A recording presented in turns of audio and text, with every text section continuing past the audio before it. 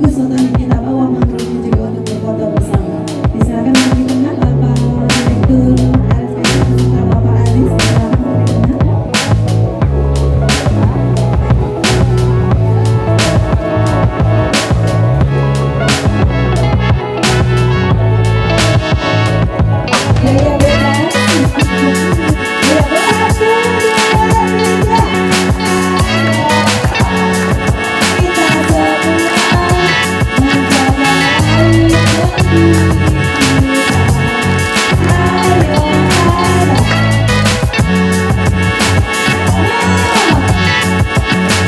Sampai salah nempel ya.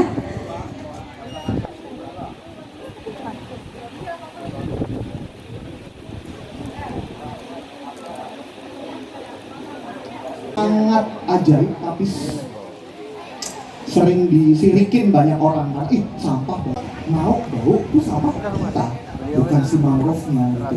Nah sekarang kita membedakan antara mangrove sejati dan juga mangrove ikutan. Apa sih bedanya mas gitu? Di Indonesia mangrove sejati itu secara umum, secara kamus biologi hanya ada hitungan jari, nggak kurang, nggak lebih dari 10. Tapi di Indonesia yang terkenal kita hanya punya sekitar 7 gitu ya. Nah sekarang kakak mau sedikit presentasi tentang beberapa jenis mangrove sejati yang ada di Indonesia. Nanti kalau ada kuis, kakak tanya bisa jawab, ada hadiah juga. Pertama, ini kalau teman-teman lihat, ada yang tahu nih mangrove jenis apa namanya? Ini tak kenal maka tak sayang ya, kita kenalan dulu yuk sama jenis-jenis mangrove yang paling populer, mangrove sejati. Oke, sebelum aku lupa jelasin mangrove sejati itu dia ciri khasnya adalah mangrove yang benar-benar bisa tinggal di lingkungan yang ada kadar garam tinggi. Jadi dia tuh kerendam air laut tuh tahan banting. Dia bisa mengubah garam-garam yang disedot di dalam akar menjadi butiran-butiran. Kalau teman-teman lihat nanti di bawah daun mangrove-nya itu kadang ada kayak garamnya. Nah itu dia fungsi respirasinya bisa mengolah kelebihan kadar garam seperti itu. Itu yang mangrove sejati ya. Kalau mangrove ikutan itu dia nggak bisa. Dia nggak bisa tinggal di daerah yang langsung nyemplung di air. Dia tuh di belakang mangrove. Jadi mangrove sejati itu dia di depan, yang ikutan tuh di belakangnya, misalnya band gitu. Kalau teman-teman tahu secara spesies itu dia ada lebih dari 100. Yang saya cukup kenal tuh kalau ketapang, pernah tahu? Itu mangrove ikutan. Terus waru laut itu mangrove ikutan. Jadi mangrove ikutan itu keluar ada banyak. Nama lokalnya banyak gitu. Nah sekarang kita kenalan sama mangrove sejati aja. Ini ada yang tahu namanya apa? Silocarpus. Oh boleh sambil jalan loh, boleh. Yang kepo mau bentuknya Silocarpus belum tahu kayak gitu. Silocarpus apa pak? Belakangnya Silocarpus granatum. Dia adalah salah satu mangrove yang bisa tumbuh melebihi pohon beringin kalau dalam ekosistem 20-30 meter menjulang itu gede banget. Dan buah Silocarpus itu dia bulat kayak bola takraw. Takraw. Dan dia terkenal kalau dibuka buahnya itu terlihat di foto itu dia kayak puzzle. Kalau waktu kakak jual ke Tobi, mereka bilang ini adalah mangrove teka-teki. Jadi maksudnya kalau udah dibuka terus dia masak ditanya. Bunganya kecil begini tapi buahnya bisa gede. Ya cek ya buahnya. Dan akarnya kalau teman-teman lihat ini bentuknya akar apa? Akar papan. Jadi bentuknya kayak papan gitu. Ini khas banget Silocarpus dan usut punya fungsi jadi bisa diolah jadi bedak dan itu alergi gitu. Kalau teman-teman digigit hewan-hewan kepala itu bikin kulit merah tuh dikasih bedak ini dia bisa meredam. Ada yang mau ditanyakan dulu? Cukup jelas ya Silocarpus. Nanti ada teka-teki loh, ada kuis-kuis nih. Oke. Yang kedua itu apa ya kembali? Mana? Iya. Ada yang tahu? Kalau Silocarpus tadi bahasa Indonesianya nyirih gitu. Kalau ini apa nama latinnya? Ada yang tahu? yang pengajuan dari Salah. Pertamina. Salah. Itu nama latinnya Bruguera. Bruguera gimnoriza. Dia terkenal buahnya tuh ada punya rok warna pink. Gitu. Kalau orang Wakatobi bilang itu mangrove perempuan, mangrove cewek karena dianggap dia punya rok gitu. Dan Bruguera itu bahasa Indonesianya tuh tancang atau limbun. Dia berfungsi memiliki nilai karbohidrat yang tinggi. Kalau teman-teman pesisir yang dekat dengan mangrove itu, kalau pas lagi ada badai, nggak ada nasi, nggak ada pangannya habis gitu kan, mereka makan itu sebagai pengganti karbohidrat. Ya, itu akarnya bentuknya seperti lutut teman-teman gitu, gini, jadi lutut gitu, menimbun keluar. Nah,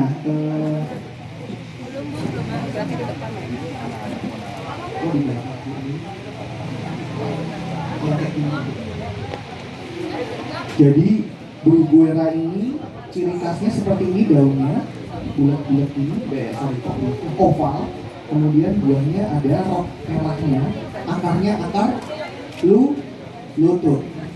Ada yang mau ditanyakan dulu untuk contoh pohon Bruguera? Buahnya itu segini, kurang lebih segini. Setengahnya rhizopora. Absen kemana? Ada di situ nggak? Ya, memanjang. Kayak kok acar sih? Enggak, tadi udah keliling, tadi datang mana? Iya, randu kecil. Kalau ini bisa jadi kerupuk biasa. Ini bisa jadikan produk-produk teman-teman dinas kelautan. Ini cocok meong loh. Programnya lagi giat-giatnya pendampingan untuk produk kelautan ya sebenarnya. Dan ini adalah stick mangrove. Kayak bisa dikasih keju, bisa dikasih karamel gitu. Ini tapi ini udah ada luas yang dimakan bapak gitu. Ini contoh, ini 2019. Gitu. Oke. Next ya, itu udah dua Bruguera sama Xylocarpus. Tancang sama nyirih. Oke, yang ketiga. Ada yang kenal ini mangrove nama apa? Api-api. Bahasa Indonesia api-api, bahasa Latinnya Avicennia. Nah, yang menjadi uniknya api-api adalah lihat akarnya tuh kayak buri-buri gitu di depan. Dan buahnya tuh bulat kayak buah kacang bawang, gepeng-gepeng kecil. Ya, kayak semua tuh kayaknya tuh deh ya. Oh iya, lebih kecil lagi gitu. Oh. Boleh banget. Ini salah satu produk dari Jawa Timur, kalau nggak salah, mangrove di Jawa Timur, dari api-api. Dia bisa jadi makanan juga, api-api. Dan untuk tumbuhan api-api ini, dia adalah yang paling banyak. Dia nanam, nanti ada benih api-api nggak yang ditanam? Kira-kira? Kayaknya rhizopora ya. Nanti api-api itu kalau ditanam bareng sama rhizopora, dia dalam waktu 3 tahun, yang api-api langsung menjulang berapa meter, yang rhizopora tuh nggak cepet. Nama bahasa Indonesia bakau, nama latinnya apa?